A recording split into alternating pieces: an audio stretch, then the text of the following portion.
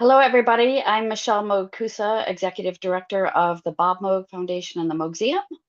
Welcome to our live stream today as we are joined by Brian Cahew and Tom Ray, while they will explore Tom's work with Bob Moog and Jim Scott on the Crumar spirit, and also talk about his incredible new book, Electronic Perspectives. But before we jump into the discussion today, there are just a few notes that I want to share. First is that we will be taking questions after the interview. So please put your questions in the comments and we will be gathering them and getting them to Brian to ask Tom for you. This is a kind of rare occasion that we're able to ask Tom Ray questions in real time. So please take advantage of it.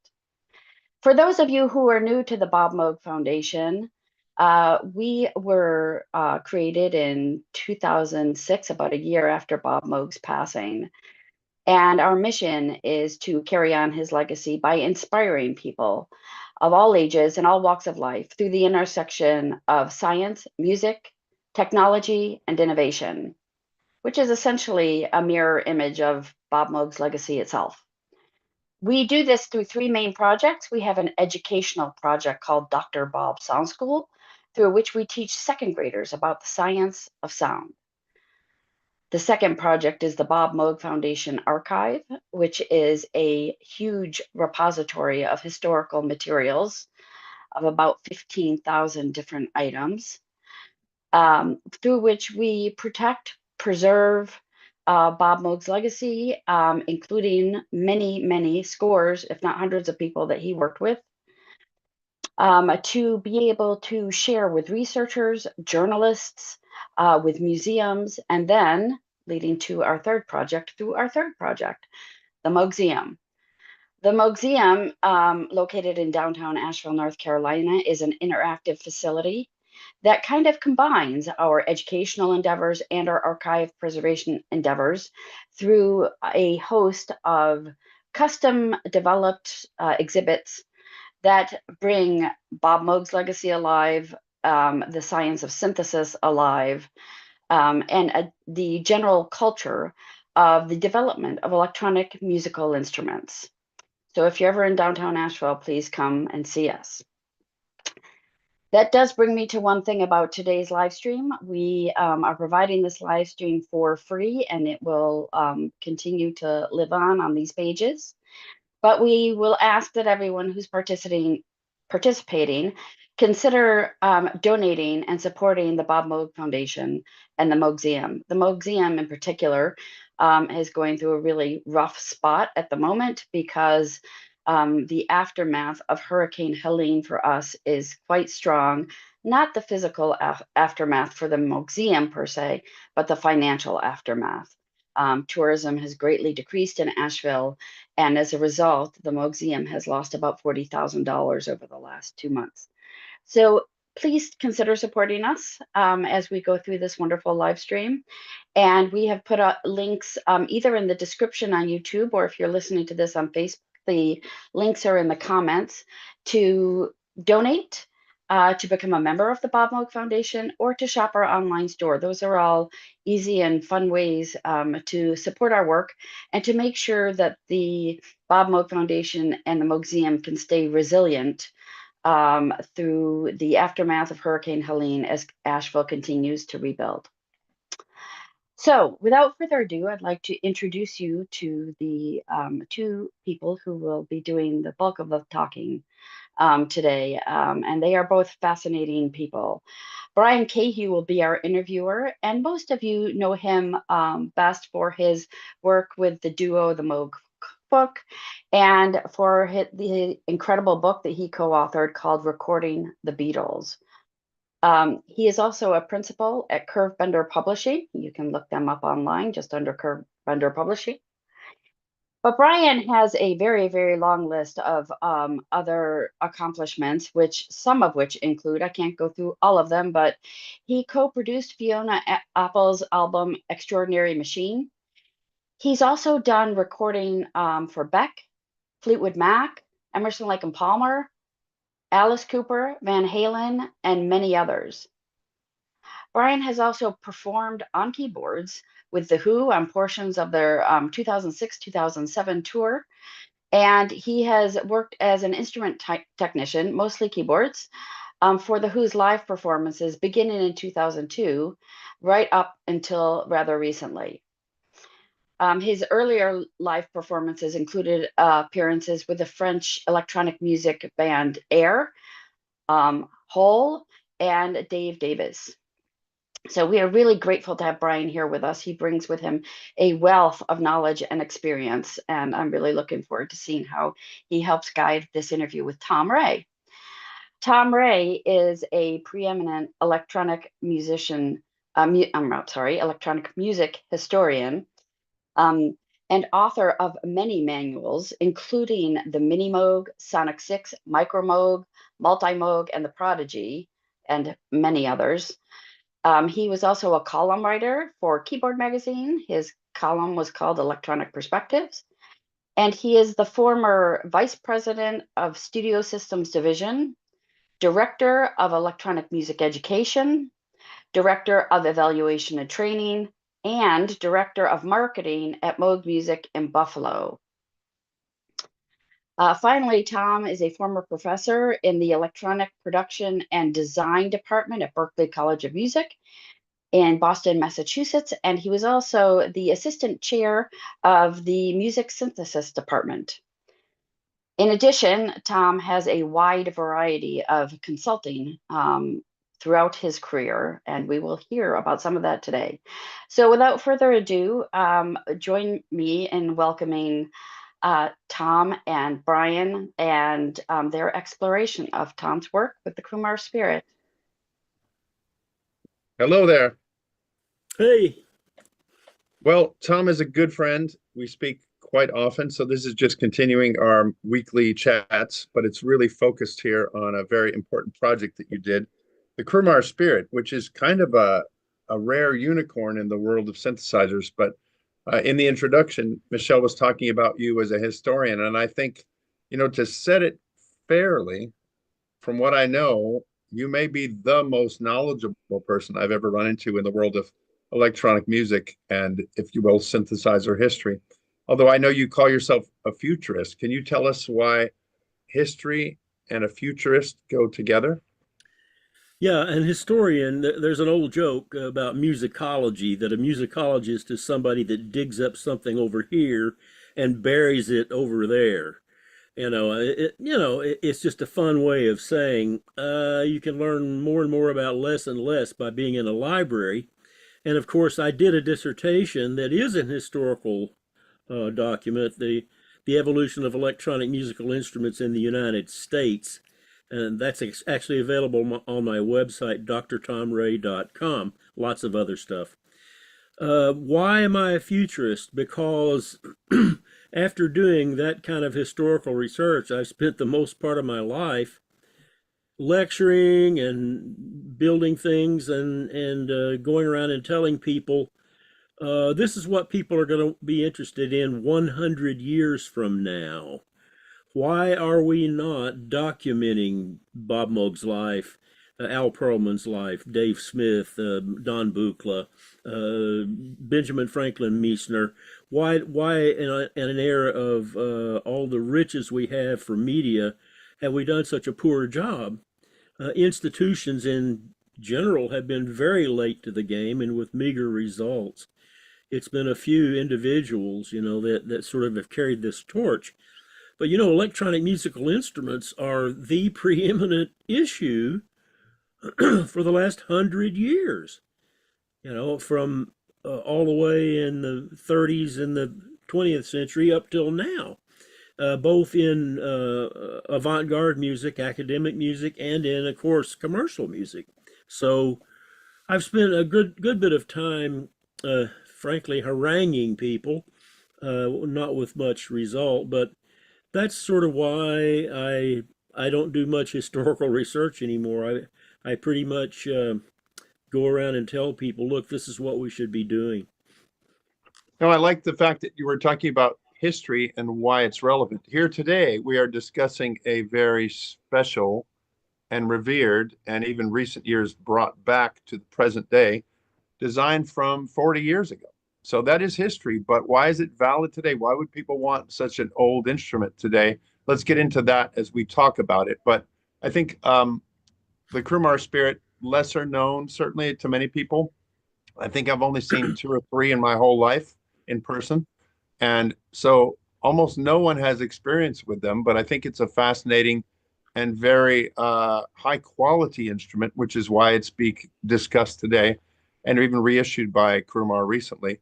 But it's a story on this side of people. We have an instrument that's out there and people can look at it and poke at it and analyze it. But your background is with the people that created it. And I think that's really the story that rings most interesting about this one design is we do know, and you guys, you'll be filling in us on this today about the people that created it, starting with, we have a photograph of person number one. Photo one is this man here.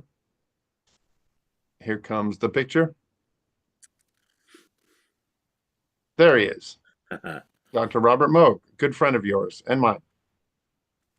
So this is the core foundation of it. I'm sure people know his history, but when did you connect with Bob?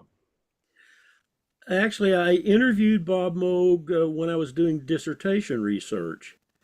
I may have met him at a NAMM show in Atlanta prior to that. It's a little hazy to me, but I definitely interacted with him significantly when I flew up to Trumansburg, New York, and took a limo over to the Moog plant, which was in a kind of a warmed over hardware store at that time in Trumansburg, New York.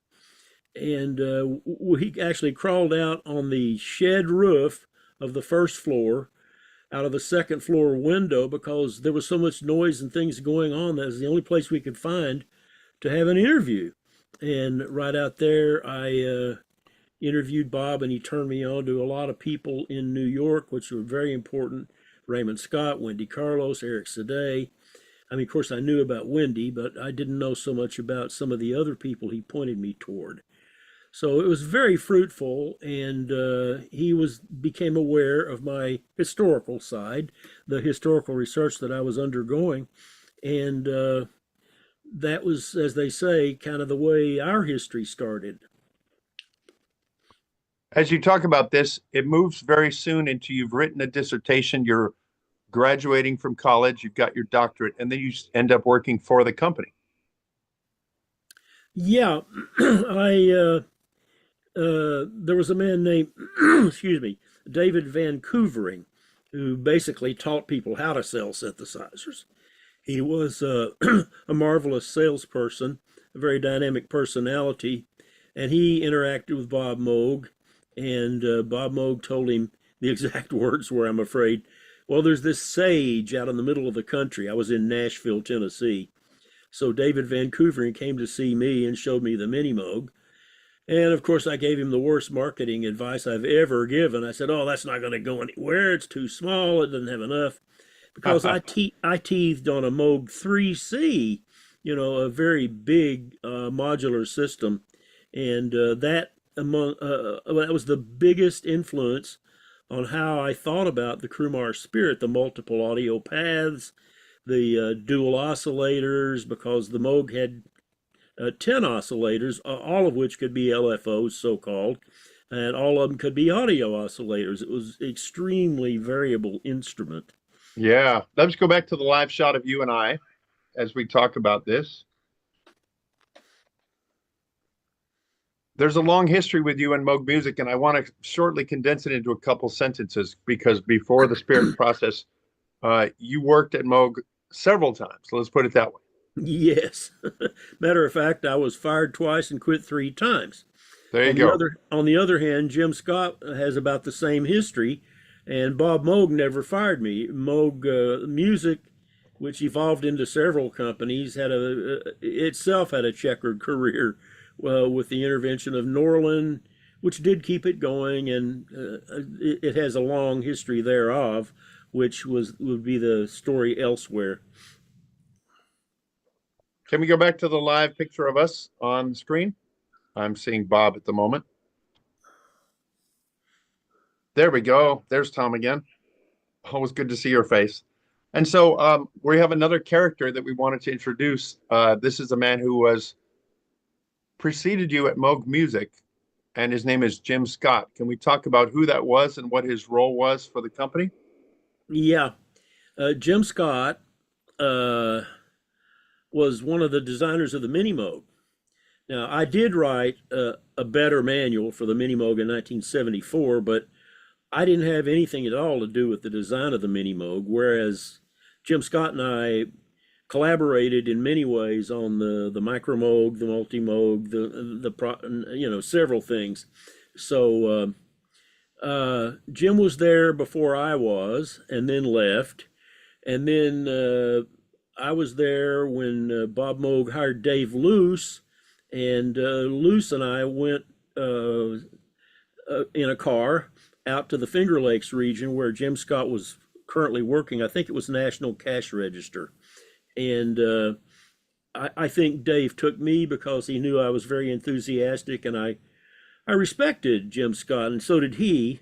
And we were trying to get him back because he's a very good analog engineer.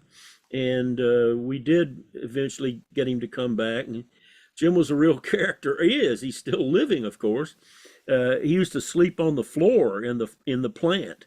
You'd come in the morning, and he'd have worked all night on some stuff. And if you look at the detail of what it took to make the Crumar Spirit, it is astonishing. I mean, he and I went back and forth, and he with Bob, and the trio of us, had a lot of discussions and a lot of mail because there was no email at that point or anything like it. There was no internet.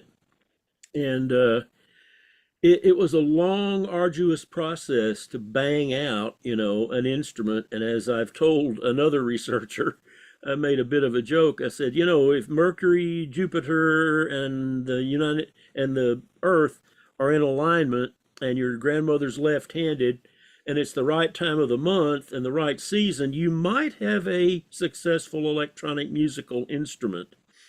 There are thousands of electronic musical instruments in the patent literature that never saw light of day. And that's the historical side of me, I suppose. I've seen at least high hundreds of patents, and have learned a lot from viewing those. I'm certainly not an engineer, but I wound up having to learn enough about technology so that people couldn't push me around. Well, we can't do that, Tom. Oh, yes, you can, because I understand enough of it to know how you would do it. I can't implement it, but I understand the theory of it well enough so that I can interact at that level. We have this trio, Tom, Jim, and Bob, who knew each other from Moog Music. Let's talk about the denouement, the ending of that for each of you. Bob leaves, you leave, and Jim leaves as well. You've all stopped working for the company, right? Yes. So that's during the heyday of Moog, probably the 70s and into the first half of the 80s. The company was still continuing, but each of you had gone your separate ways to do different things. Can we talk about where the three of you were after Moog Music?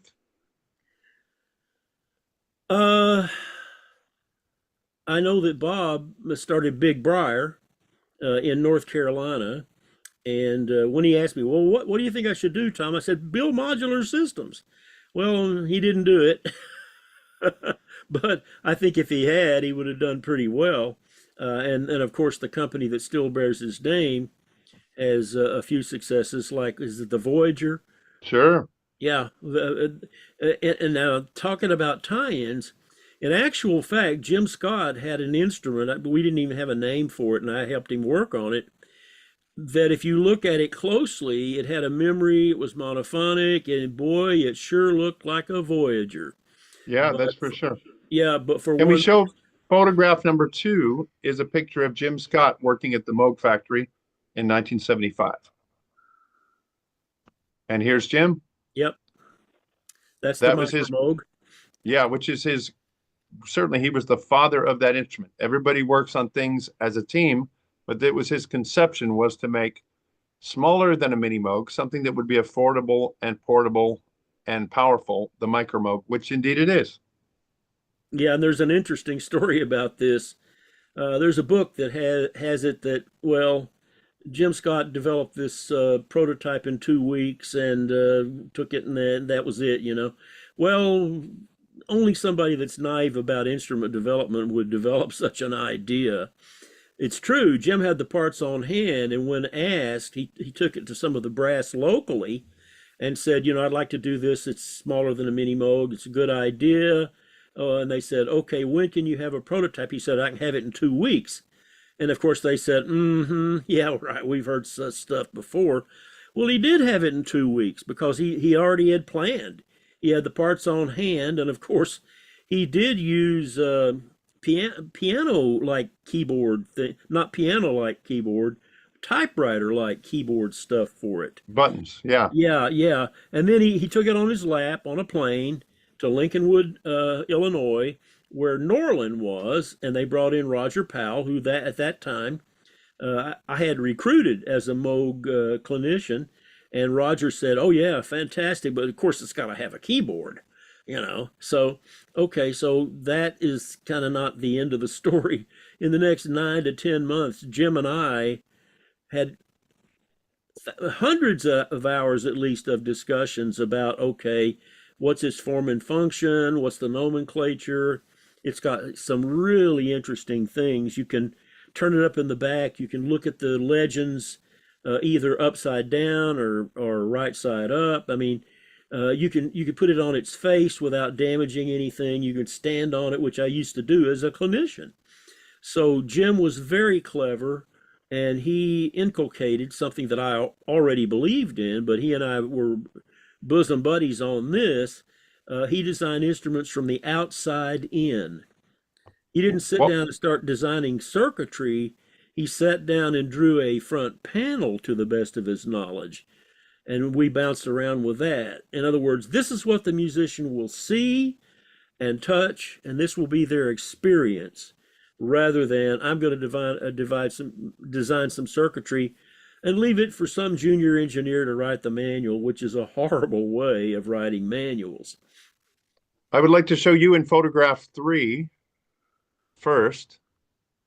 And photo 3 is Tom back at the old Moog factory. This is called Williamsville, Yep. the mid-sized factory, if you will. And you're standing there in the kind of lab and demo room. I see the gold record for Alice Cooper Killer on the wall, which is kind of interesting. Yep. A record that has very little synthesizer on it, but I love the album. And then we have another picture of you at a trade show. That's photo 4. And this will be Tom in his famous pose. my Napoleonic pose. That's great. I owned one Pierre Cardin tie, and that was it. And I was a little bit of a pistol when I was young. I never smoked. You see the cigar. That was pretty much a riff on the Norland types who did smoke cigars, some of them. So I was adopting my corporate pose. That was at the Frankfurt Fair in Germany, as a matter of fact. I see the minimoog, and behind you a Sonic 6, and in the distance a System 55.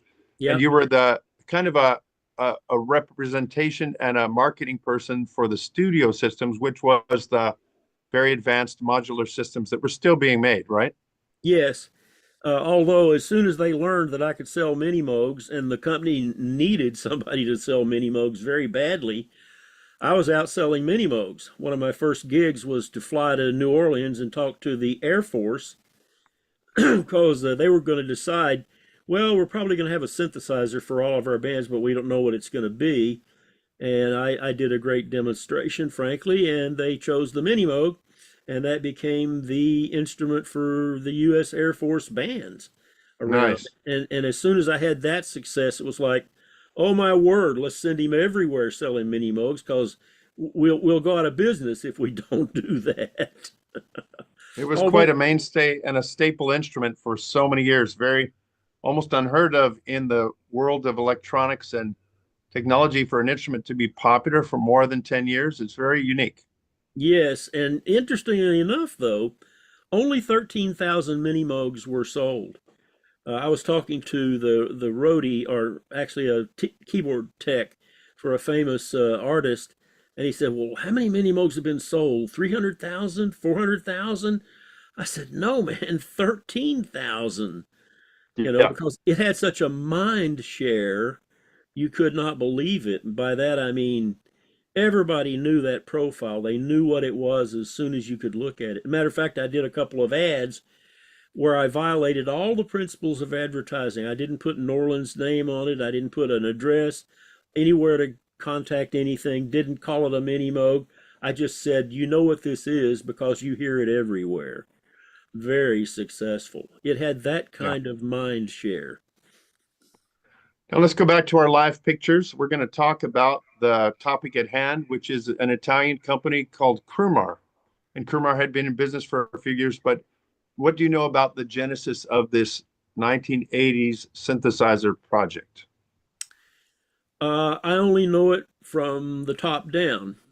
I know it from when Bob Moog called me, and I guess obviously he called Jim Scott, and he invited the two of us to participate with him in the design, as he put it, a more advanced monophonic synthesizer. And certainly Scott was ready for that. We'd been through a succession of monophonic synthesizers for the Moog company, and we were well versed in the pitfalls and the excellent things that could be done, which didn't get done. And I had been waiting for years, literally, to implement the kinds of things that I learned on the Moog 3C at George Peabody College, which is, parenthetically, it's now part of Vanderbilt University in Nashville, where I got my PhD. So I was loaded for bear, and I think Jim was too. And of course, we went over there. At least I went once for sure, and maybe twice. And the same thing for Jim Scott. The most memorable thing that I recall is driving Jim and me in her little Renault, little orange bug, and it has a front wheel drive. Well, it snowed, and we were trying to get up the driveway to where Bob lived, up on that house that looked like a spaceship, coming off the mountain there in the cove, as they called it. And a neighbor We have a took, picture number 5 we can show. This is yeah, that house. yeah, yep. You're driving up the hill. Yeah, we were trying to do that, and a neighbor thought he didn't know what we were doing. He thought it was just a couple of kids. What are you guys doing? I said, stuff it, go home. And Jim Scott, I think, got on the front of the car, and we backed up the hill, as I recall, and it was arduous getting up there. But when you got into that house and you got on that veranda, that deck out there, in the spring and the summertime when the trees were the deciduous trees were all green, you felt like you were in a spaceship, because when you looked down from there on that veranda, you didn't see much of anything except green. You felt like you might fly over it. It was an amazing house. This was a custom built house, and this is where Michelle grew up for much of her life. And it's in the area they call the Big Briar Cove, which is outside of Asheville, North Carolina, where the Museum is based and so forth. But the building is still out there. It's very hard to get to, and you're not allowed to go there at this point. But it was where Bob was working. And then we have a photo number 6, which is just behind that building, is his workshop, if you will. And that's the shed behind the house, still there. And this is where many of his designs were created from that time period. Doesn't look very important or fancy, but many of the cool designs that Bob came up with for Big Briar and later were done there. Yeah, he had significant machines out there. He had, I guess, a lathe and milling machines, as you would call them. And I'm not all that familiar with that kind of work, but he had large machinery out there that assisted in his designs of instruments. And as you see, there's not many windows there. It's a place to go work and not be disturbed. I'd like to go back to the live pictures now for you and I to talk. This is the beginning of the Crumar Spirit project, but it didn't have that name yet. It was just a project with an unnamed instrument, right? Yeah, I think Jim Scott called it Little Synth or Small Synth. I mean, some of the documentation I think says Little Synth, and maybe it evolved to Small Synth. No, we didn't have a name for it at that juncture, and I'm not even sure who named it. I don't think I had much to do with the name. Maybe Scott didn't. Maybe Bob did. Maybe Crumar insisted that it be called something. They certainly didn't want it to be confused with Moog brand instruments, because even though Bob and Jim and I were all alumni of the Moog Company, they wanted it to be stand on its own legs. So it was a Crumar instrument called the Spirit. Crumar is an established company out of Italy, making already electronic instruments and other synthesizers of kind of workman-like things. I would say that they were good if you were like in a rock band doing cover songs and things. They had organs and they had string synths and things like this. But the new idea was to kind of do what would probably be the ultimate, traveling, live performing, portable synthesizer. So you guys had a vision for what that could be up front? Yeah, I mean, the mandate articulated to me mostly by Bob was a more advanced instrument. We weren't trying to reprise the minimoog. We weren't trying to reprise anything. We were trying to come up with what we felt like would be a more advanced instrument, if I may say so. The 3 people were kind of advanced. We knew what we were doing, and I think we succeeded. We came up with something that had multiple audio paths. It had a ring modulator. It had a very sophisticated arpeggiator. It had dual filters, which included the possibility of having formants, which are regions of emphasis that make musical instruments sound like they do, like orchestral instruments have formants, Formants. It had many modulation possibilities because it had 2 LFOs. It just had a world of features, and you could it would make sounds like an Oberheim would make because it had a 12 dB per octave, if I could slip into nerd speak just a little bit, Yeah. and also 24 dB per octave, which was more like what Moog did. And I think those Curtis chips, which is what they were using, maybe were state variable filters. So it was a very powerful voice under control. And although I had disdain for the minimoog when I first saw it, there was a little bit of a personal problem I had with that. I was supposed to be the expert, and here comes Vancouver saying, well, here's the minimoog. Well, yeah, that's nothing, But So this new concept, the new instrument you're going to do, we're going to show photo number 7, which is Bob's notes at the time. He was looking at other synthesizers to see what was the competition. And there were a few analog synthesizers around, the ARP Solus, the Cat there, the new Sequential Pro 1 was in there. And they all have different features, like the Pro 1 has a little sequencer built in, which was a novel idea at the time. Some of these were moving into things like a scanning keyboard instead of just wires touching wires. So they had a little more sophisticated things. And you can see Bob's shown which waveforms are available. There's a price point for each one. Really looking at the market, saying this is our competition. And while I would say, if you look at this setup, the Cat synthesizer and especially the Roland sound exceptional. They're very simple synthesizers, but Bob's also comparing things like left-hand controls, modulation options, and pitch bend, and things that you guys found to be very important. So let's go back to live pictures, and you can tell us a bit about yourself, Bob, and Jim Scott, why they were interested in things like modulation and controllers. Bob has always been interested in controllers. I mean, there was the cliche, well, the Moog's a keyboard synthesizer. Nothing could be farther from the truth than that. I mean, Bob, as you well know, because you're becoming the historian of that, as a matter of fact, and I'm very happy to see that, probably promulgated 15 to 20 different kinds of interfaces in the first 2 or 3 years. So, but also on the minimoog, there were some things that were good to imitate. For instance, the pitch bending wheel and the modulation wheel. It was interesting because one of the other clinicians, Tom Piggott, and I were out at a thing that I helped National Association of Schools of Music get into. They'd never had products at their conventions. I said, you should do that because people will be able to see them. And so he and I were able to sit there and compare notes and everything. And he said, I know you truly, truly favor Moog. It's not just because you work for them or consult. He says, but would you mind telling me why? I said, yeah, the bill of materials is bigger. It's built from better stuff. And, those left-hand controllers, you just can't do without them. Your pitch bender's a little pot that on the Odyssey, that could be on a toaster. I said, why in the heck don't you guys copy? Because I was as interested in everybody building instruments that had nuance, as I said, as much as anything. I had long talks with Tom Oberheim, out of which came some of the keying priorities, I'm pretty sure, of his expander. I don't know if he would remember that, but I do. And I just told Tom, I said, just copy it. It's better. Well, it's the old not invented here. We would be copying our competitor.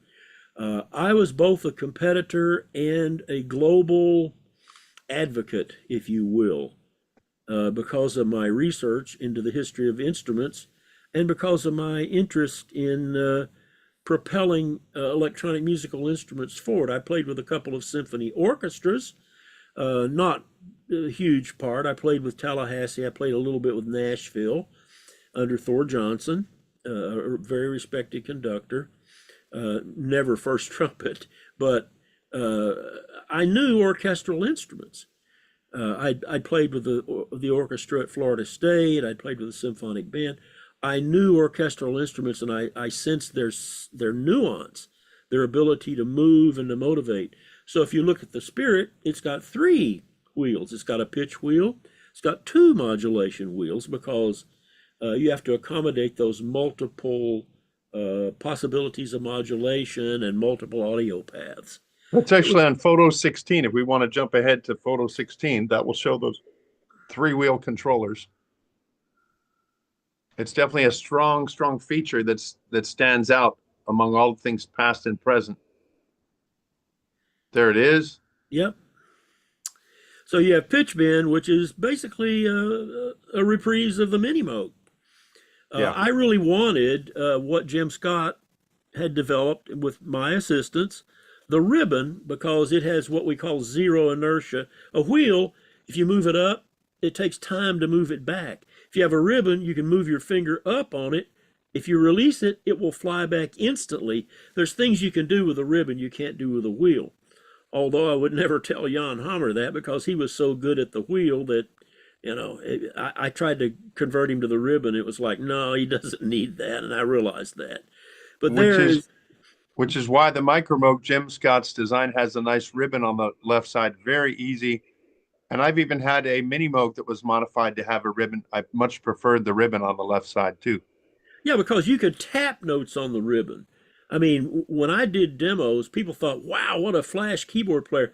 I was a trumpet player. I could move these three fingers on my right hand, but I was very good at that ribbon because all you got to do is practice, practice, practice, and you could tap notes on the ribbon and play on the keyboard alternating, and it sounded like you were playing all those notes on the keyboard.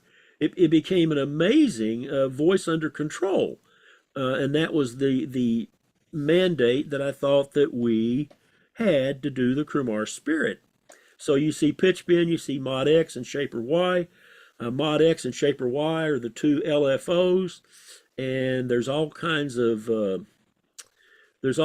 glide modes. There's all kinds of and you had asked me earlier what would happen to glide if you have a last note keyboard, the one that Jim and I designed that works, and you want to glide. Well, if you're holding a note on the low part and you touch a note on the high part, it won't go to the note on the high part because you're holding two notes down. But if you release the bottom, it will then glide up to the high one because it was a scanning keyboard, which was a good thing and something more modern than the way the minimoog and the micromoog and all those were done with J wires and such, the Pratt Reed type keyboards.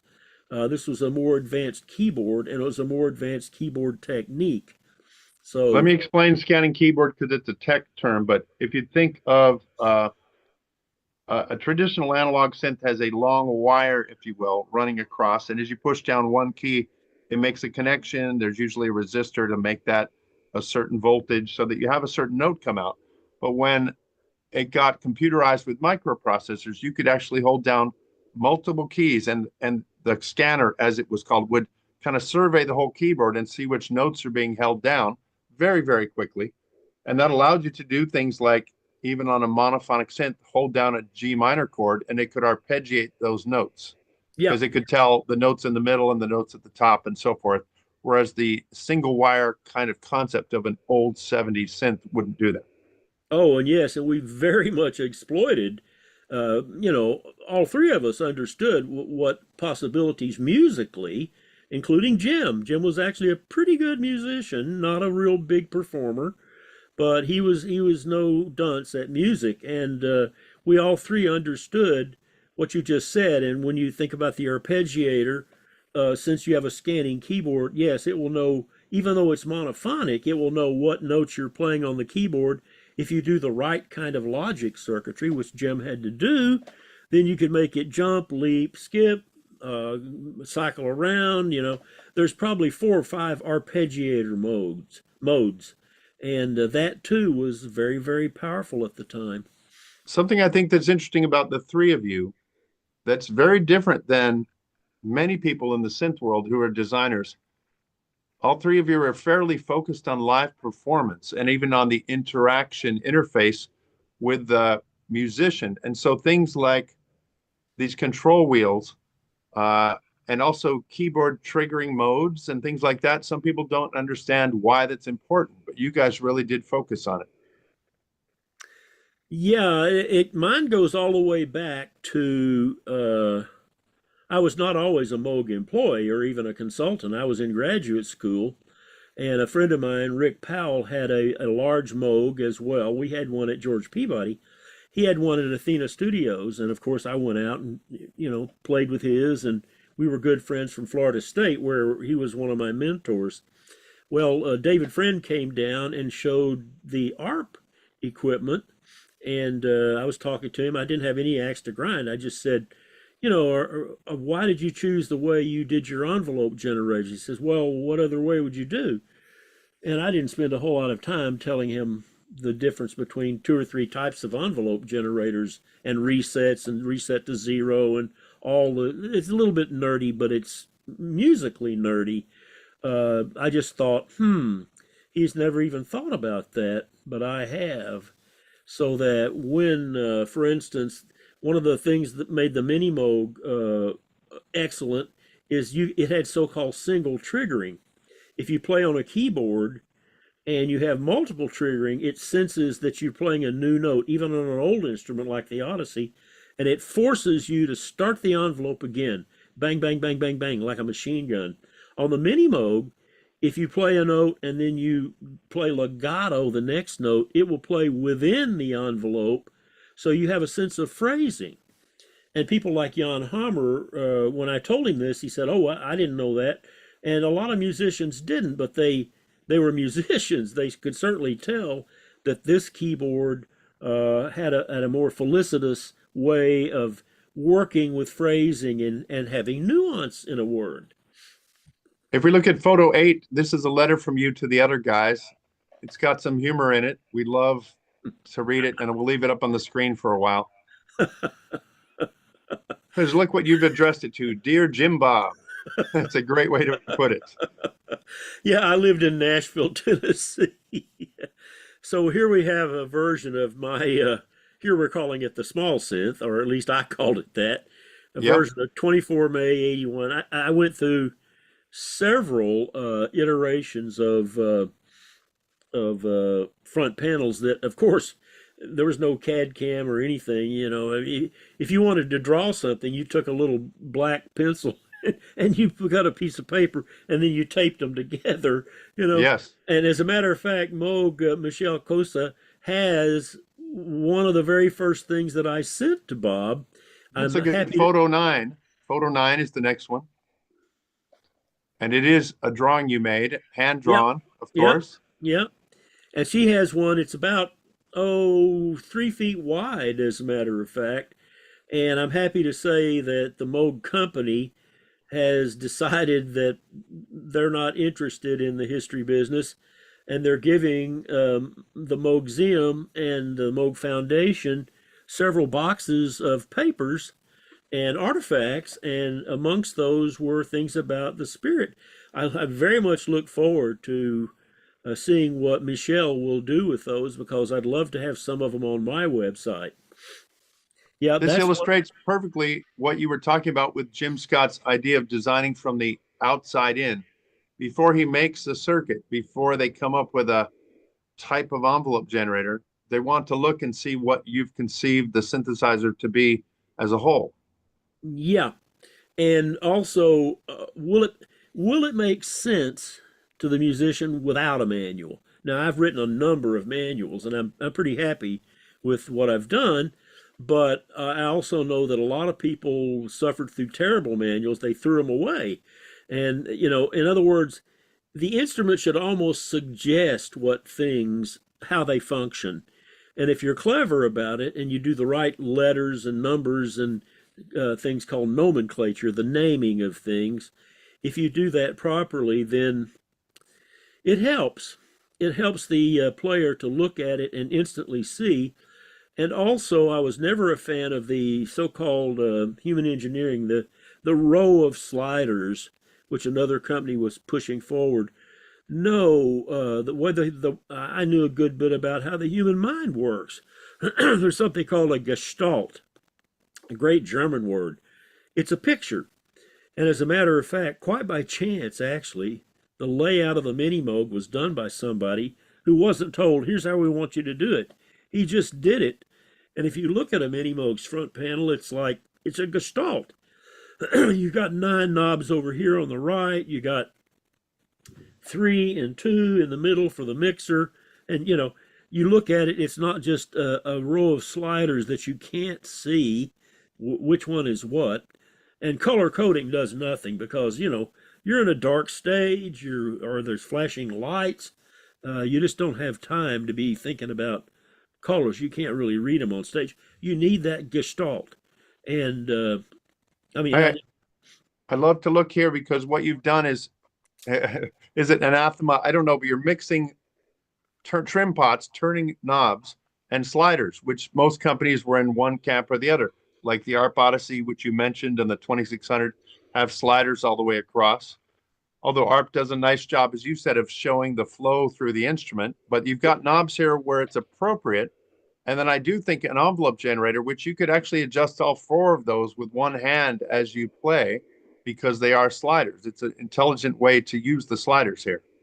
yeah, the question is where do you need a visual picture? When you're turning a tuning knob, I don't think you need a visual picture. You do with an envelope generator because it's ADSR, it's a shape. When you're tuning an oscillator, you need the opposable thumb, as it's called.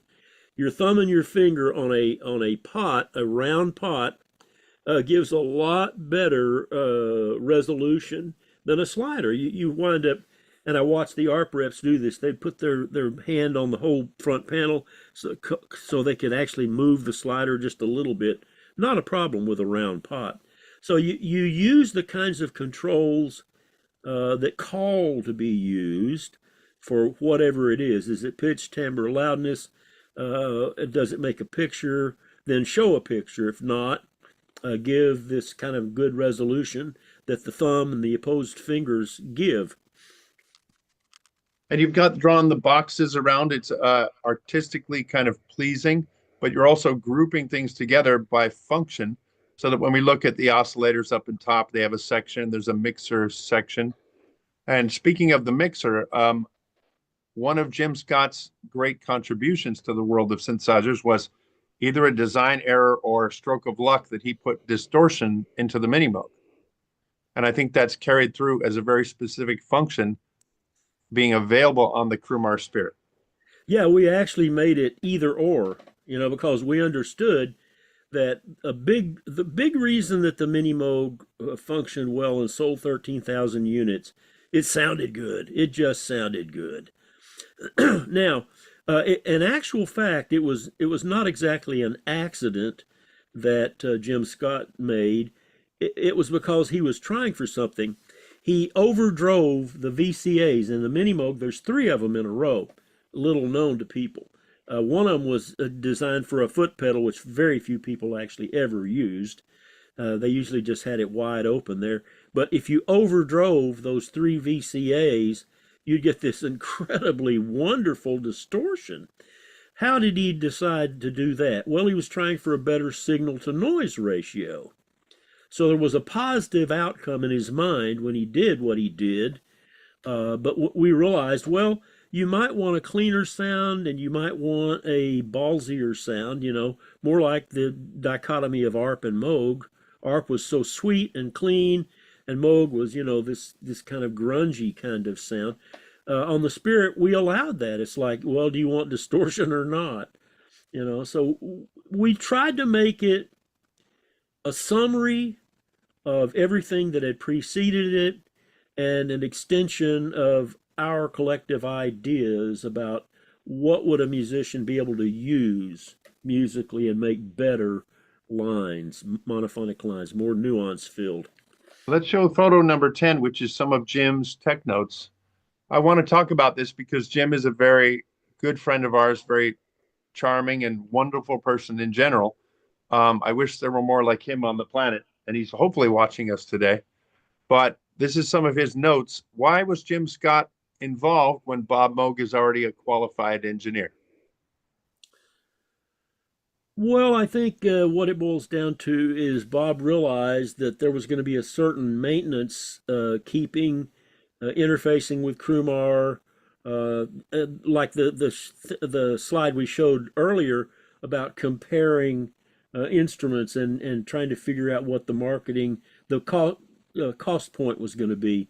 that was the kind of job that Bob Moog took on, and he certainly designed some of the instrument, but most of the actual circuit design fell to Jim Scott. My role was to kibitz and to point out things and to talk about front panels and insist that certain things happened or didn't happen. And it was a very felicitous relationship, I will say. I would also say that Jim had a relationship with Curtis Music, which was a chip manufacturing company, and that's relevant to the Spirit, isn't it? Yes, because it does use Curtis chips, and if I'm not mistaken, it uses oscillator, filter, Yeah. amplifier. Yeah, it's a Curtis chip instrument, and there were a number of them on the market like that, but I don't think any of them sounded like the Spirit, frankly. And I don't think I think I'm quite capable of judging my own performance and my own career without any kind of ridiculous bias. I mean, I know mistakes I've made, and I know when I've done something that's valuable.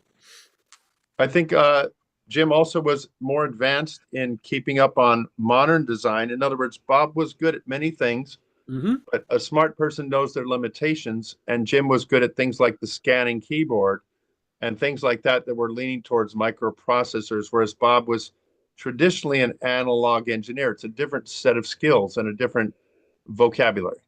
I think that's exactly right. And the problems that Jim had to overcome with the arpeggiator, with the simplest things of saying when is a note, when is it triggered, when is it on, how do you make a gate when you press down a key? It's got to be glitch free. I mean, there are problems with a scanning keyboard, and I mean, yes, Jim was quite advanced in that realm. I see at the note at the top of the page, it says after return for Asheville trip. How many times did you guys meet in person and how did you collaborate otherwise? I'm afraid I'm going to come up a little short here. I know that we were over there together with Bob at least once and maybe twice. And I think Jim brought some prototypes to Bob there in Asheville. I'm pretty sure he didn't ship them. I think Jim was living in New York at the time. I was living in Nashville. And of course, Bob was in Asheville, North Carolina, actually Leicester, North Carolina, there with the flying house. But it's lost in the history. I'm hoping that Michelle will help me piece it together, frankly, because now she's got several boxes of materials, and I welcome helping her with that.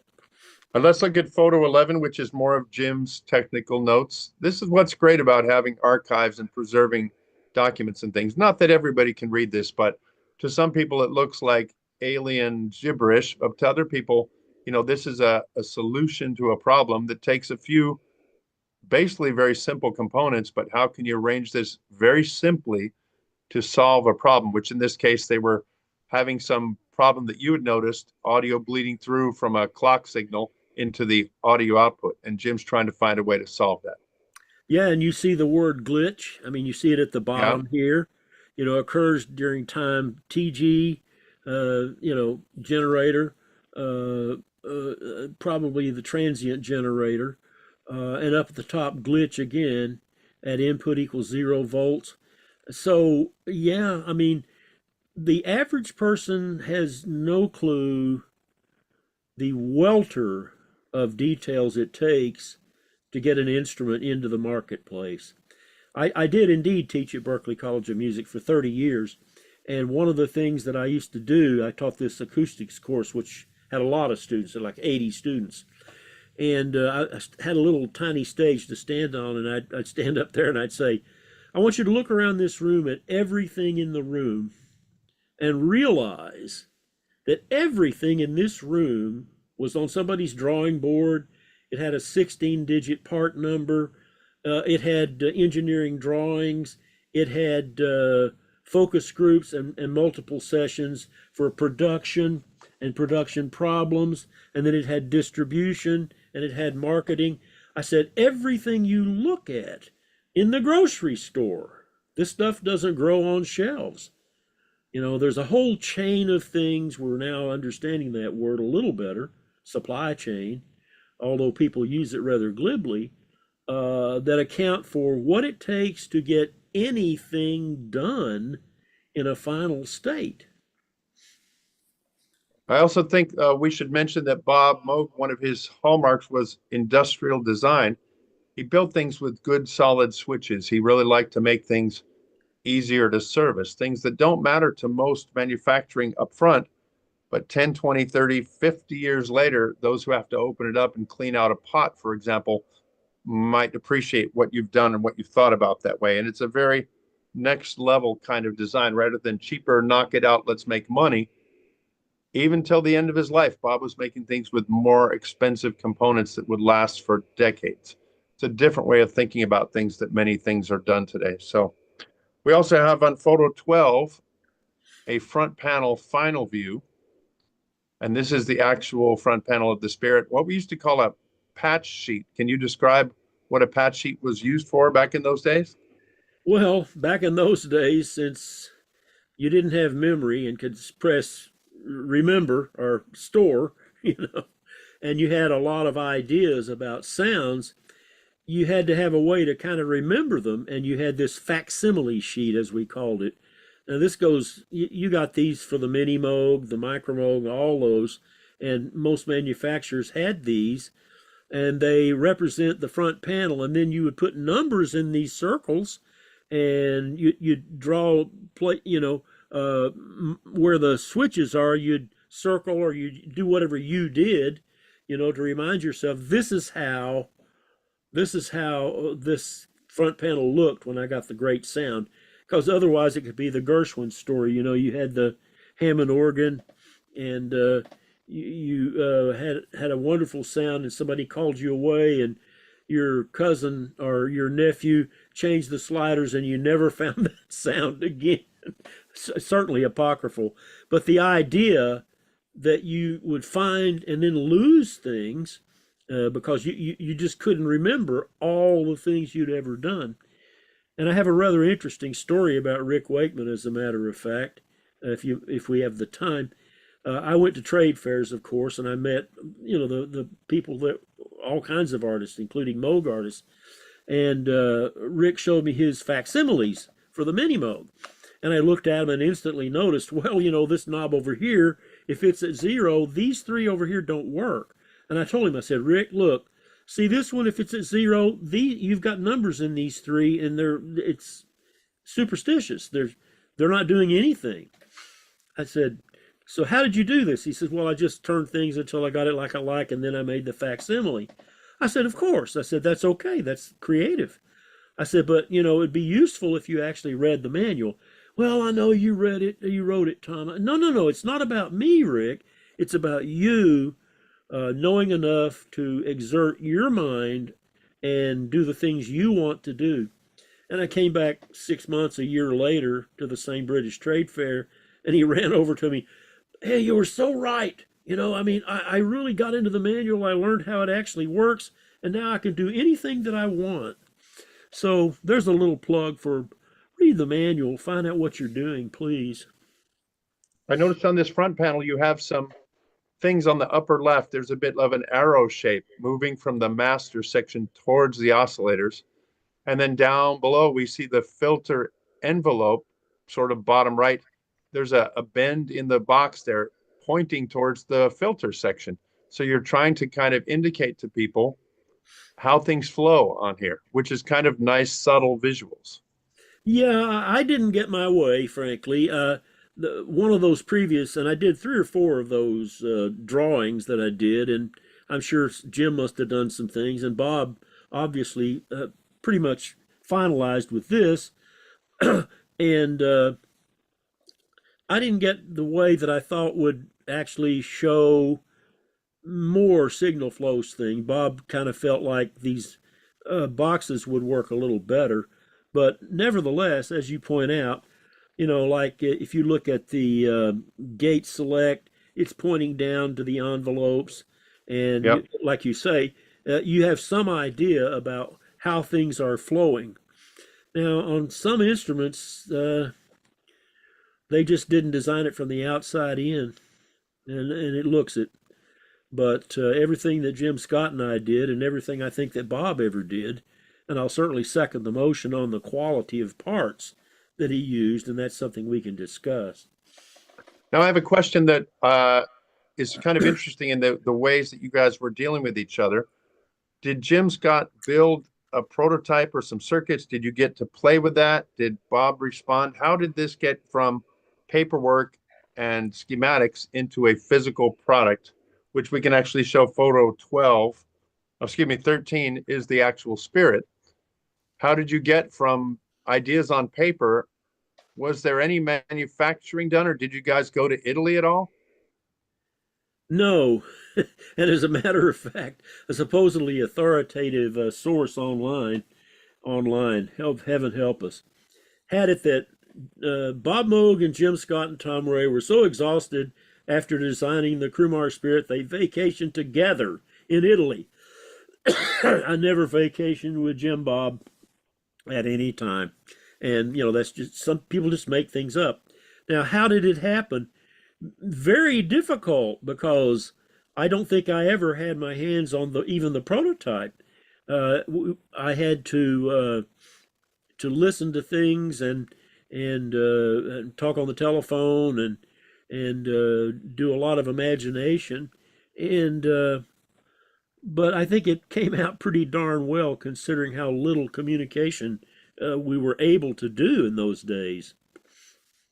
I like that it does have wooden parts to it still, that this was far beyond the days of the minimoog, more than a decade later.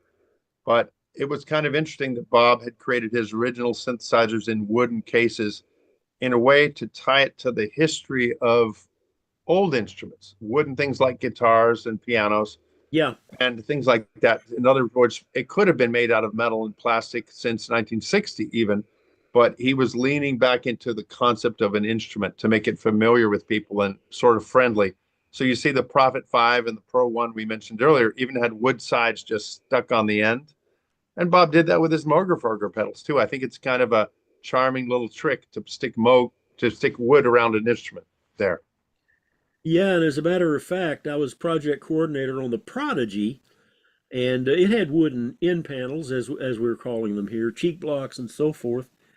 And yes, it adds to the friendliness for musicians. Of that, wood is irregular. It's got all kinds of patterns. It's not a piece of plastic.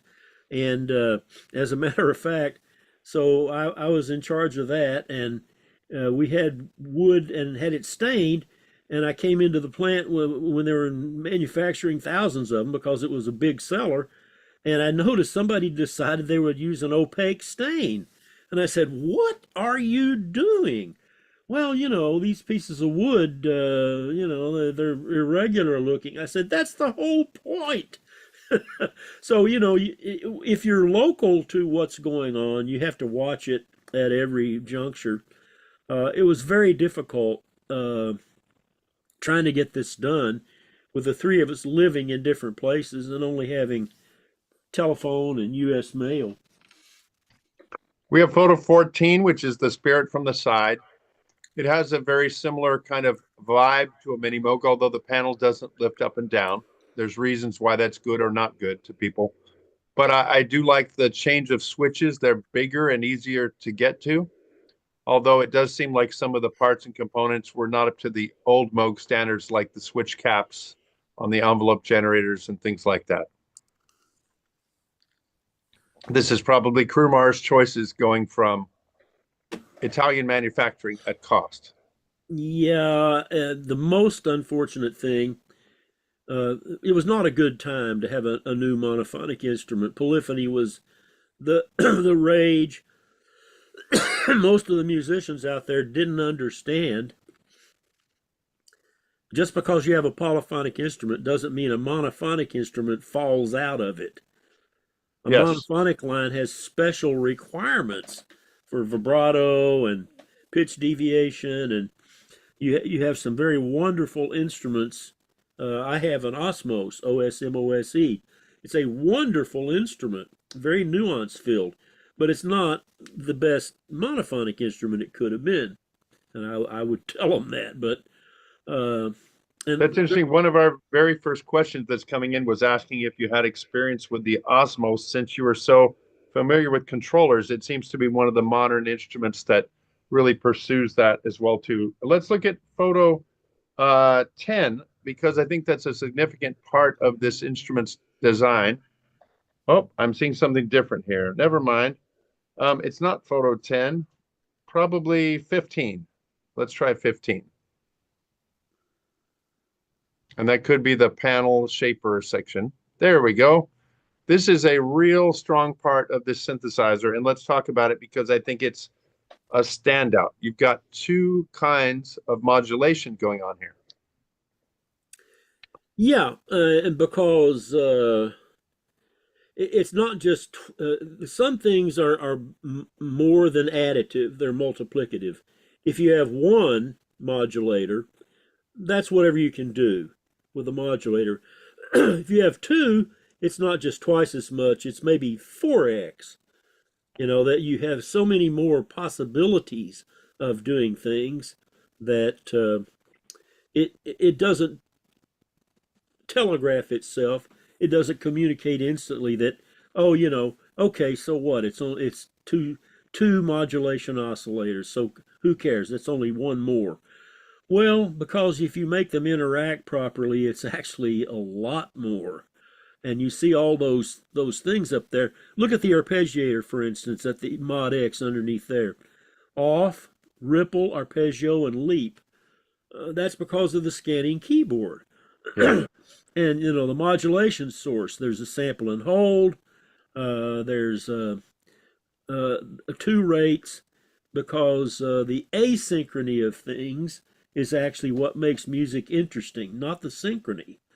The asynchrony of things, in my opinion, is what accounts for a lot of musical instrument. You have something called isorhythm, the color and the talia, and you have the repeated, let's say, pitch group, but you have a rhythmic thing that it cycles through. And if it has 7 and 8, color and talia, it takes 56 times before it actually gets to a repeat. And people used sequencers in very obtuse ways when they first came out. Up at the top right, we see the shaper Y, which is another term for it because shaping can be used in different ways on this instrument. But I just wanted to mention that on the first setting, free, which is kind of like a running LFO, it runs independent of what you're doing with the rest of the instrument. But the other ones, like keyboard hold and reset, start the LFO when you press a key. So imagine a rising shape or a falling sawtooth. Starting over each time you hit the key, it re-triggers the LFO. Yeah, and those are the kinds of triggering priorities that I alluded to earlier.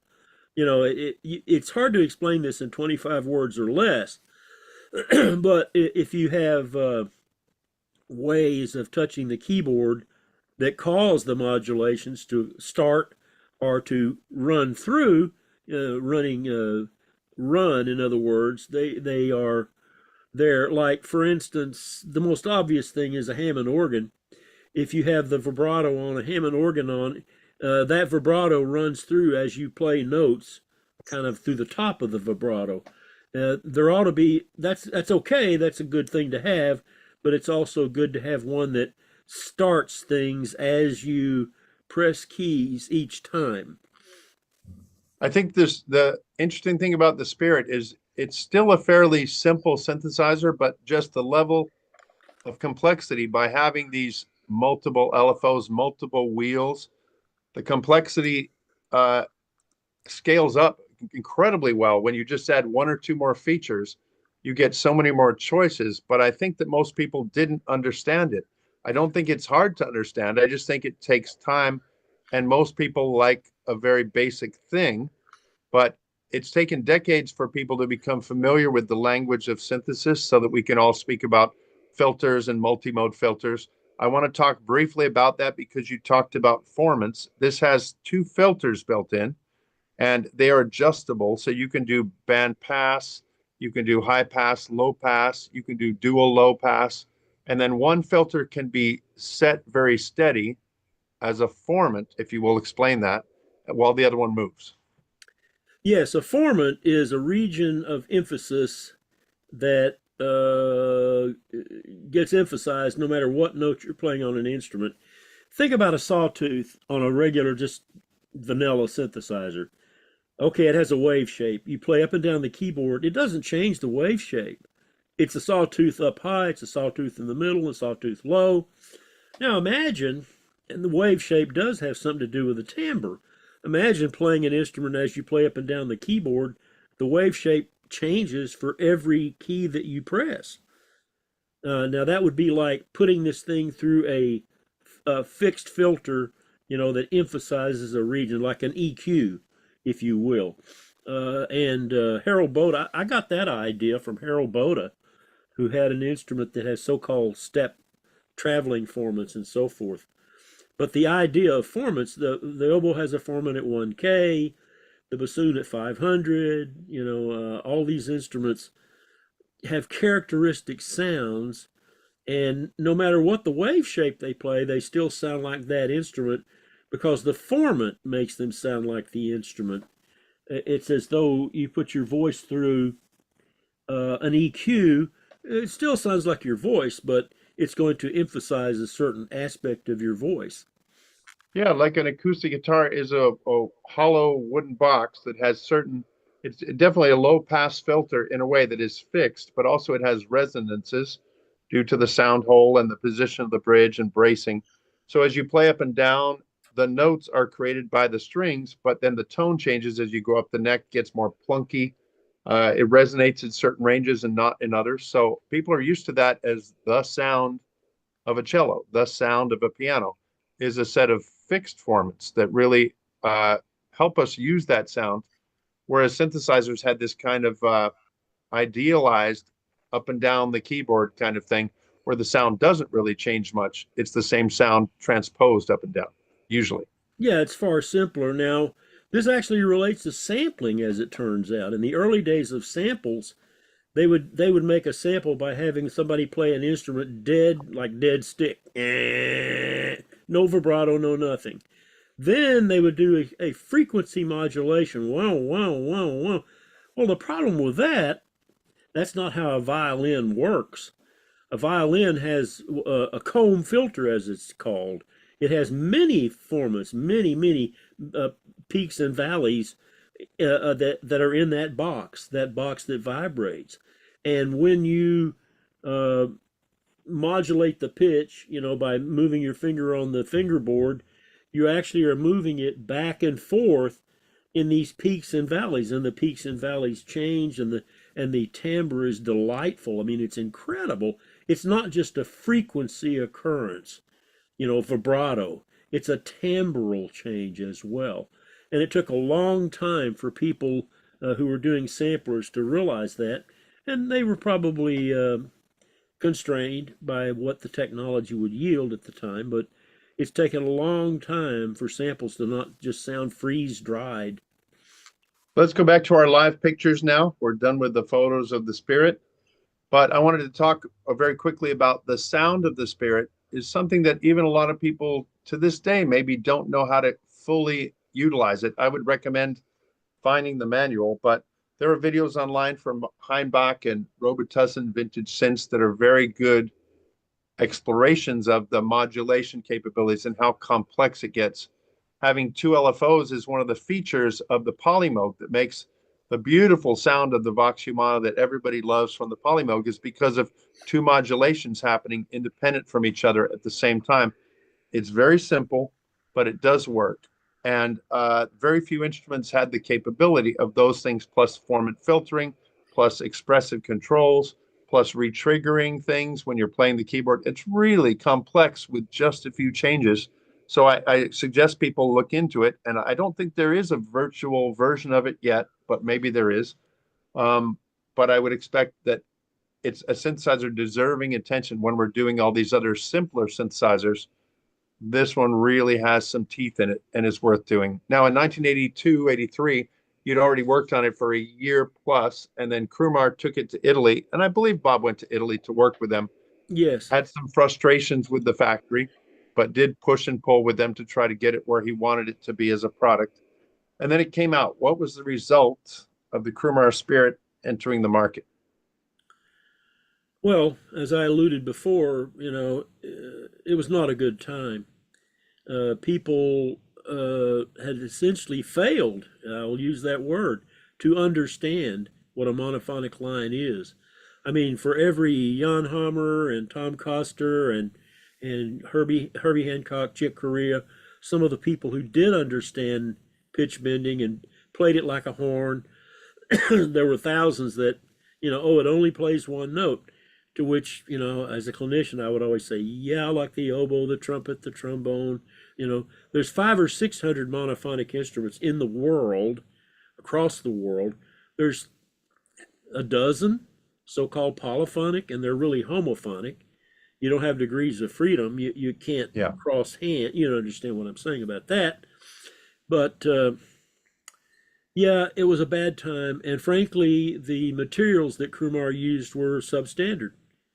As you alluded to, Bob, the modular system behind me has military grade brass couplings that you screw in, to make the power supply work. It's got Allen Bradley pots bolted to a metal panel. They're not just stuck through holes and bend and break. And there was the story, and I think you know it better than I do, Brian. You might correct me, but Keith Emerson was at some venue, and they had a hell of a rainstorm, and his Moog got soaked, and they turned it up and let it dry for 2 or 3 days and turned it on, and it worked. It worked like a charm. So you may remember which place that was. I don't. Yeah, I believe it was Rochester or Buffalo. A full-on, virtually a hurricane knocked it over, as well as it filled up with water. Yeah. But built to last, and at least to be serviced, if not perfection, but you can at least work on things, which is a high level of design if you want to think that way. So at 1982-83, look what's happening in the world. This is the birth of digital synthesis in the commercial mainstream. It had been around for decades even, but as far as commercial products, this is the DX7 coming out and all the instruments after that, when everybody realized it was probably easier and gave you some new powers to have digital synthesis, and the world just walked away from analog very quickly. So Well, it didn't. analog is its own sound. I mean, the Spirit is a little bit of an anomaly about that. If you have VCO, VCF, VCA, no matter what kind of a sound you make, if you don't have formants and some of the other things that you should know about, you easily recognize, oh yeah, that's an analog voltage controlled synthesizer. And I think it wasn't just a question of monophonic versus polyphonic. I think people were ready for something new. And when the Roland D50 came with what they offered and some other things like that, things run in cycles. And now, of course, we're kind of we're back to analog in so many ways. I'm so happy that some company has actually reprised the Crumar Spirit. I don't think it's the Crumar company. I think it's some other entity, but I wish I could afford one. And I was actually in contact with them, and they sent me a couple of pots. But if you talk to Jareth Lackey, which of course you and I both have, he's refurbishing the Moogzium's Crumar Spirit. I have an original, and Michelle has been heir to one. You have to take the pots apart and clean out the wipers, and I mean it's a horror show. And the new Crumar Spirit, I think, is built with quality parts, and of course it has to cost some more. There's a certain point at which price function fails. In other words, you always try to get the most function you can for the lowest price. If you cut that too close, you fail. And I think that's what happened. All these years later, one of your conceptions, one of the things you co-created, came back to being popular. It went from being one of those old synthesizers, and all of them were at some point. Minimoogs were 300, I bought my first Polymoog for 150. Yeah. Things were really cheap for a while because everybody thought that was stupid if it didn't have MIDI, didn't have piano sounds. But now we realize, as you said, it's its own vocabulary. But then the Spirit became one of the most revered of its time and of its kind. How does it make you feel to think and look back on that product now shining and kind of standing out to the point where people want to remake it? Well, any futurist would love to be vindicated. There's the story of Cassandra, the Greek myth, who knew what was going to happen, but her life was a total frustration because essentially she couldn't convince anybody. I sort of feel like that about my entire career. I mean, I'm not frustrated because I understand it. I mean, when I first went around trying to sell Moog synthesizers, I had dealers telling me, "Oh, that's never going to be anything," and I said, "Nope, you're just wrong. It's going to be the preeminent thing, not just a little bit. It's going to be the thing," which of course it was for its moment in the sun. And as I mentioned previously, electronic musical instruments, of course, are the real story of the late 20th century and early 21st century. End of story. They're just ubiquitous. And the reason we can't tell it always is because we now have physical modeling and sampling that's so good at making sounds that seem acoustic that we don't really know how things are being made nowadays. It's sort of like visual things. We don't even know whether to trust it. But we certainly are in an era of verisimilitude, and I'm not so interested in capturing and duplicating the sound of acoustic instruments. What I'm about is duplicating the nuance possibilities of acoustic instruments. And the closer we can do that, the Osmos, indeed, I appreciate it. It's wonderful in its keyboard response, and what it will do. So yes, I bought one. There were three levels, A, B, and C. You got it cheaper.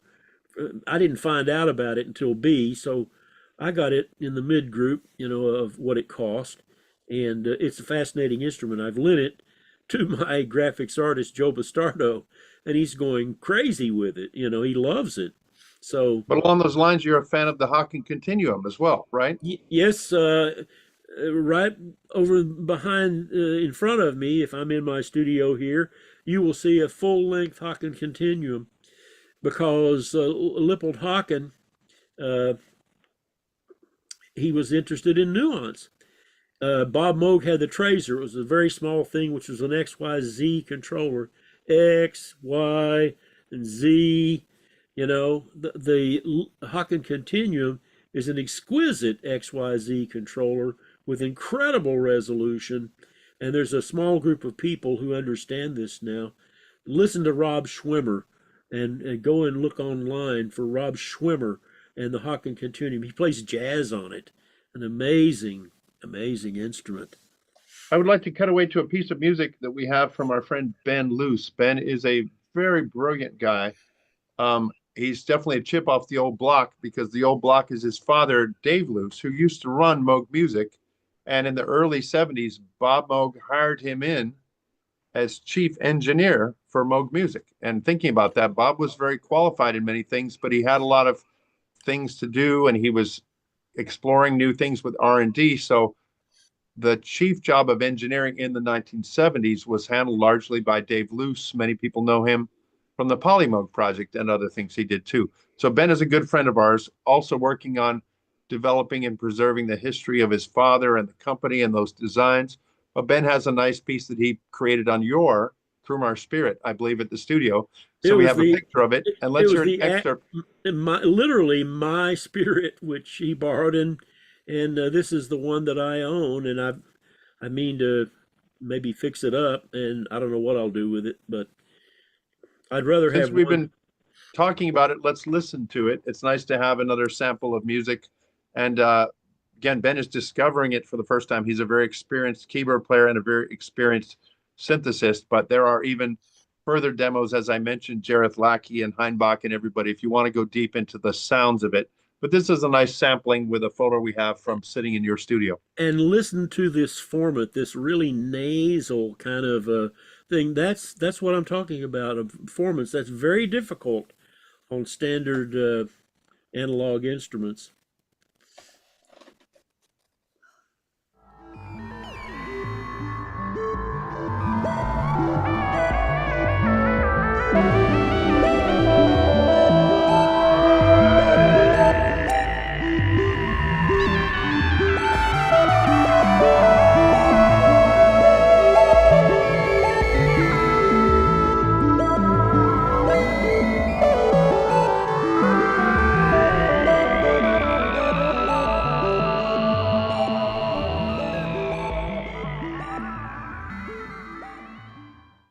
Thank you, Ben Luce. That's a great piece to show it off. There's, again, LFOs happening, different types of tones, arpeggiators going as well too. And it's all one synth on that.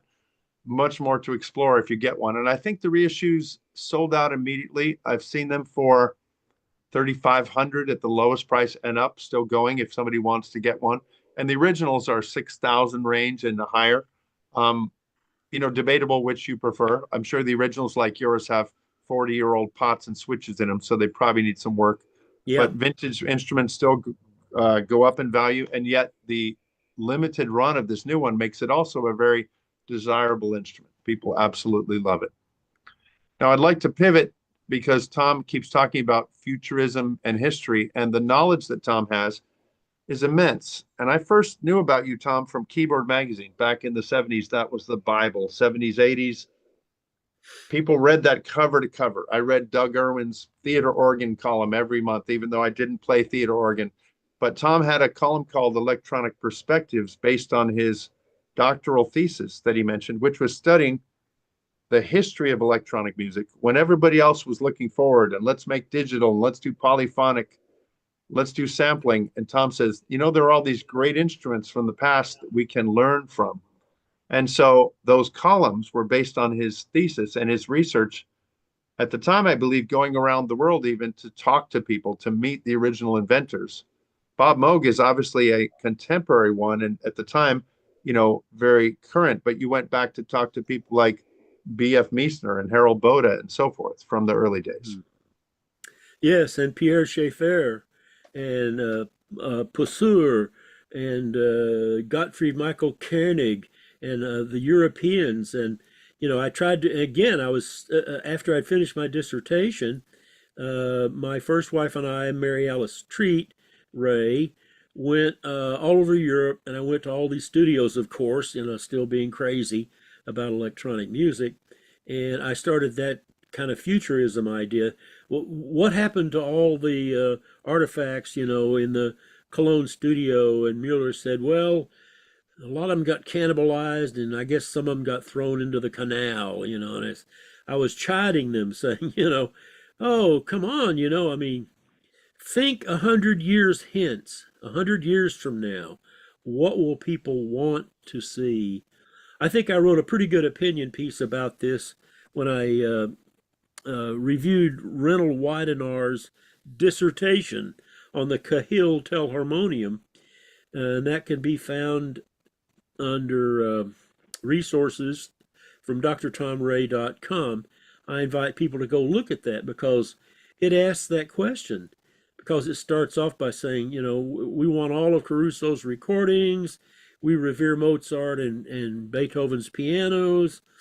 Don't you think it's about time we started looking for Varèse's tape recorder? And then I went, about the Cahill Telharmonium, but I ended up by saying, a few hundred years from now, people are going to be dismayed about how badly we recorded the now. That's the future part, the nowness of it. I want to show your newest thing because this is absolutely a phenomenal piece of work. We have a slide as well, which I'm sure is the next picture up. Let's pull up that slide. It'll be the next one up, I think.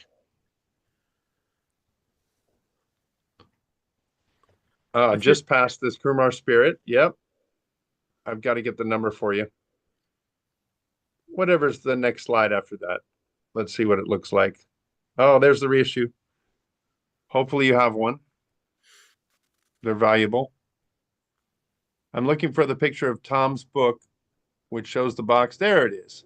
And so this just came out, has just been released.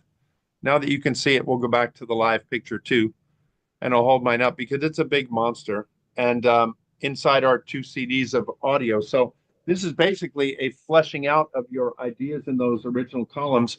You know, there's a page about the theremin, there's a page about the buchla, a page about digital systems, but you've exploded those into multiple pages. Great graphics, beautiful artwork. And the book is full of high quality pictures, absolutely unseen things from some of the world's rarest instruments, like the Hannert is a good one that's very unexplored. And you've got the only recording of it ever to exist, courtesy of our friends in EMIAP in Harleysville, have the only recording of this thing that Hammond organ made, a room full of sound generators programmed by paper tape. And you explore that in the book too.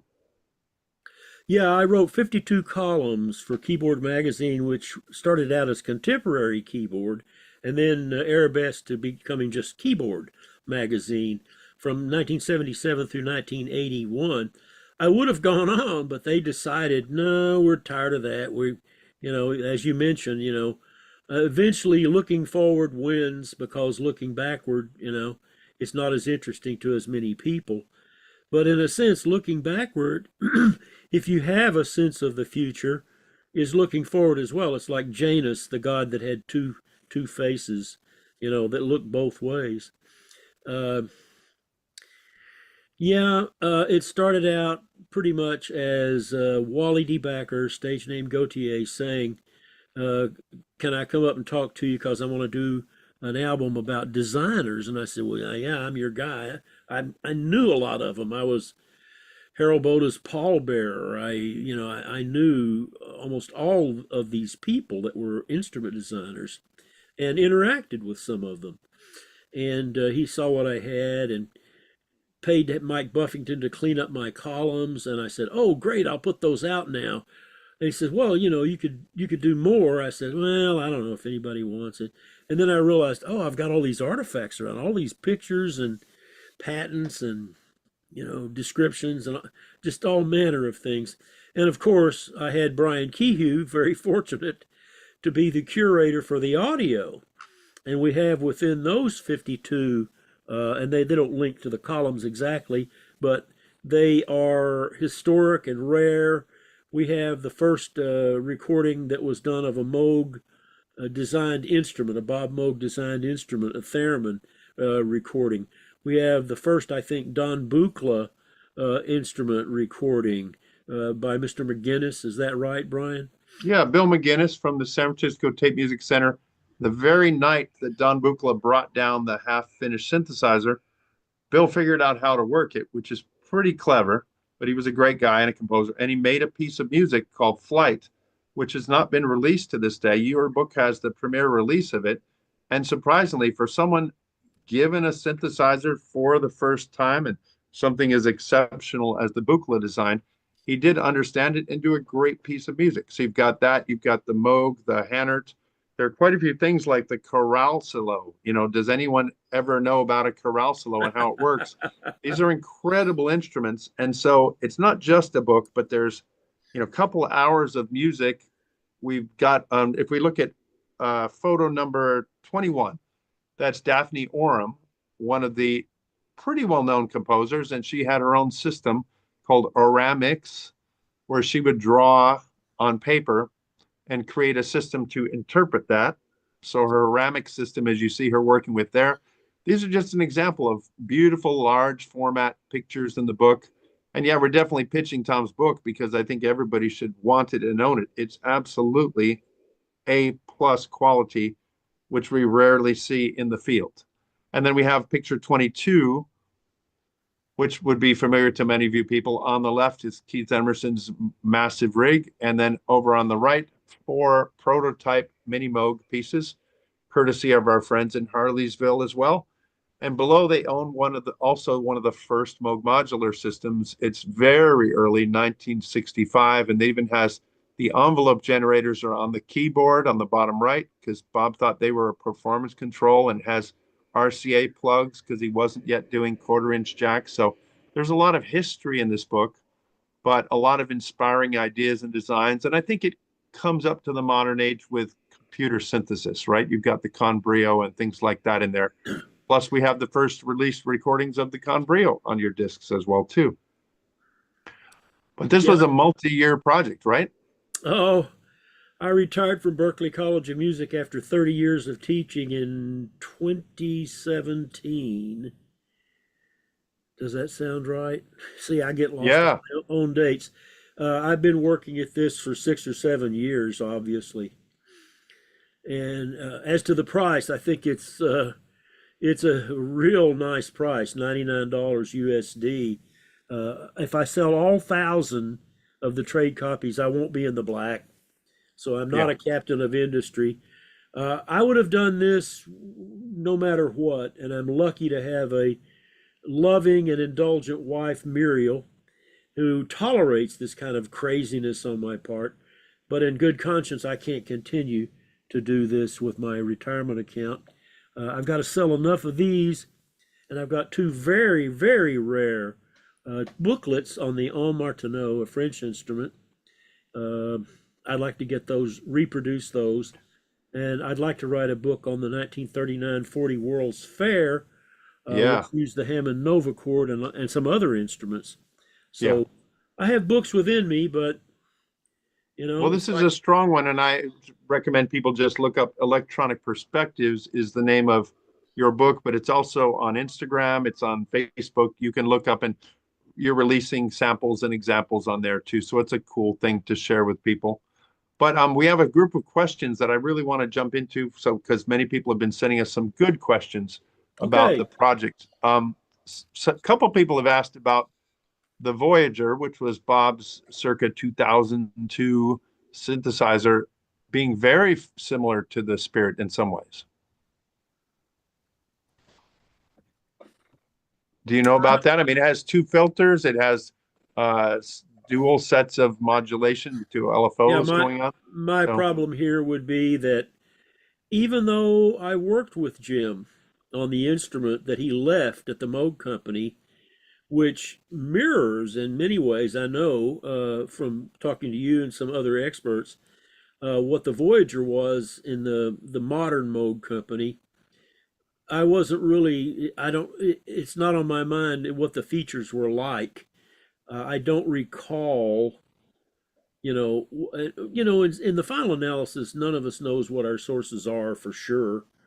I yeah, mean, I see a direct lead from the Moog 3C, and me in graduate school and doing all those things. As a matter of fact, I wrote a little paper about that, which again is on my website, because another writer who is ordinarily very good, but he made some really strange connections between the Sonic 5, Sonic 6, and the Spirit, and there's none of that. Of course, I sold a ton of Sonic 6s. I sold minimoogs all over the world.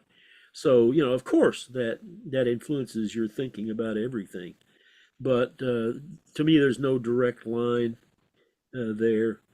But so I can't really address that very adequately. You probably could do better than I could.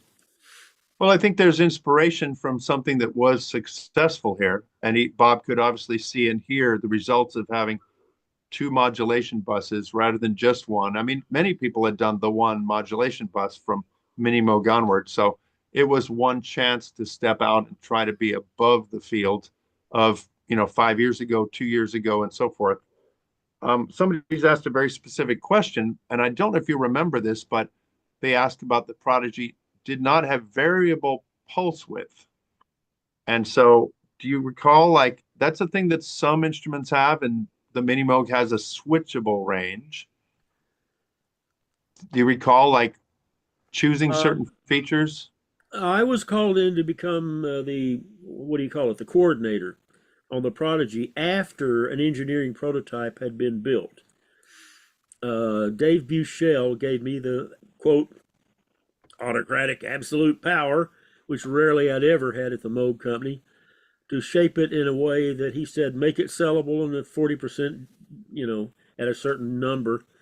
And I set about doing that. But that doesn't mean I was totally without constraints. There was only so many things that could be done. And as a matter of fact, I wrote a 12-page paper with graphics. It's on my website. Once again, drtomray.com. If you want to go and look, at the bottom of the resources page, there's a development of, and there's development of the prodigy, development of the spirit, development of the micromoog, and artifacts are there. Now, Brian and I are guys that believe in artifacts. There's a lot of stories around about a lot of things, and there's a lot of people claiming a lot of things. Who has the artifacts?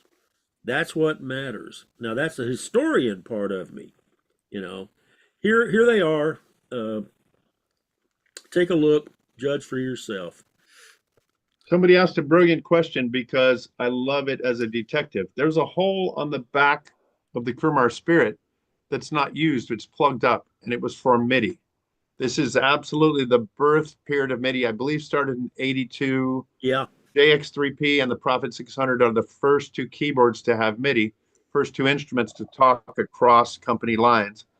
But it was a grouping and an agreement, and it was a standard. But the Crumar came out in that era, but did not have MIDI on it. It looks like they were thinking about that. Yeah, I think that was absolutely the case. And I think the bottom line is they would have had to have hired Bob and Jim at least to implement it. And maybe they felt like they had enough money. I'm purely speculating now. It's too bad that it didn't have MIDI, because that too was one of the death knells. It was like, well, let's see. It has a reputation for falling apart. It's monophonic. It's it's this, it's that. We're ready for the DX7, which I love. I mean, I had two DX7s, and they're just. I'm an instrument guy. I mean, I don't have any axes to grind about. If it's a good instrument, I really don't care who made it. I've got an Oberheim expander. I've got a Hawken Continuum. I've got a Trumansburg minimoog. So, it's difficult to know why things succeed and why they fail. I think I have a pretty good handle about the Spirit. Its build quality was not all that good. That is certainly a real problem for any instrument. If it gets out and has a reputation of not being roadworthy, that's a big problem. There was an interview with Bob where somebody asked him if you could open-endedly design any synthesizer instrument you wanted, what would you build? And Bob says, it's not a challenge to put 10,000 oscillators and 69 different filters. And he said, that's not a challenge, and it's not a dream of mine. The challenge as a designer is to make something small and powerful that everyone can use easily. And that is more of a challenge that encouraged him and made it. We have a limited feature set. So maybe pulse width modulation, pulse width options, MIDI, things like these, things people are asking about. Even touch sensitivity is not available on many keyboards back then, when it was a great feature. But it's cost versus delivery versus success. And so Bob said, you can always build $1 million instrument, but who would buy it and would it succeed? So I like the concept of stepping back and looking from the, manufacturer side of things, saying simplicity is reproducible, it's repairable, it's less expensive, and it's more easy to understand for the customer. I would invite our viewers to think about it. I'm also big on thinking, I hope, because I taught at Berklee College of Music for 30 years, and I tried to get them to think, and some of them did. But I would invite you to think about your favorite artist that uses a synthesizer. Do they really make 200 sounds with it? Very few of them. Jan Hammer was a master of the minimoog. He had 2 or 3 what I call vein of gold sounds. He had this sound that was a wailing Czechoslovakian area kind of, and people say, well, it's a guitar. He said, no, I grew up listening to wailing violins, and he and I talked about it. And what I'm saying to you is, and this happened to physical modeling. The way a lot of people auditioned to synthesizers, they played middle C and went through all the presets and go,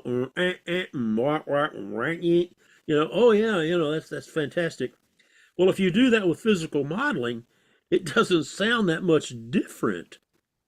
It's how you blow it or how you play it and what you do with your hands. That's what musical instruments are about anyway.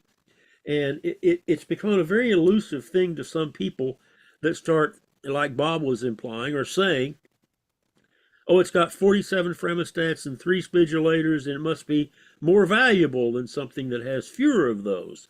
Nope. Does it have a vein of gold? For instance, the DX7, its vein of gold was that Tyne piano sound. Christopher Cross used it, the so-called yacht rock people, which I just learned that term. I love that music of that era. It's so, and when you hear Benson and you hear those stabbing brass things, you realize, oh, that's Michael McDonald's Rhodes piano, actually. And you make that tie-in. You realize those things. Instruments have a vein of gold, and if they have it, they're going to survive. The Hammond organ, the Rhodes piano, the Wurlitzer, the minimoog, a few instruments, that I'm leaving out. But the thing of it is, they only have to do 1 or 2 or 3 things very, very well. Not try to be a Boy Scout jack of knife of all trades. No, be a tool, be a utensil that can be utilized, and think of things that way. If you look at a wood carver's chest of tools, a real wood carver, they have all kinds of little gouges. They have like 40 tools. We went through this digital audio workstation. Well, we have a digital audio workstation that'll do everything. No. Use a tool, use many tools, and use small tools that do something very, very well. So I think the Crumar Spirit did a few things very, very well. It deserved to have a vein of gold. Circumstance, timing, whatever it was. All you have to do is listen to Ben Luce's music, and that was an excerpt. And go to my website, and down at the bottom of the Spirit, there's Ben's contribution there. Thank you, Ben.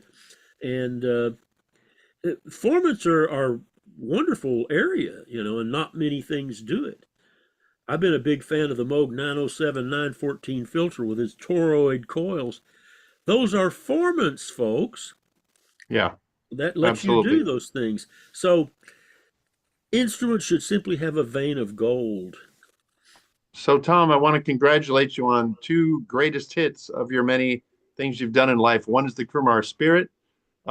You, Jim, and Bob together creating an instrument that's absolutely iconic. And I think it will start to even grow in appreciation as people can learn to understand it. And then also this book project, which is phenomenal. It's probably my favorite book in the field of electronic music, just because it's so rich and diverse. Things we know about, like a minimoog is in there, but also things that people have never heard of are in there, like the singing arc and stuff like that. That's so cool, that deserve to be more YouTube videos on these things and explorations of that. So as we all gathered here from the Bob Moog Foundation sponsoring and putting on this great talk, one more simple pitch, because Hurricane Helene came through in Asheville. Everybody in the country was focused on Asheville, North Carolina, which many of us already knew about.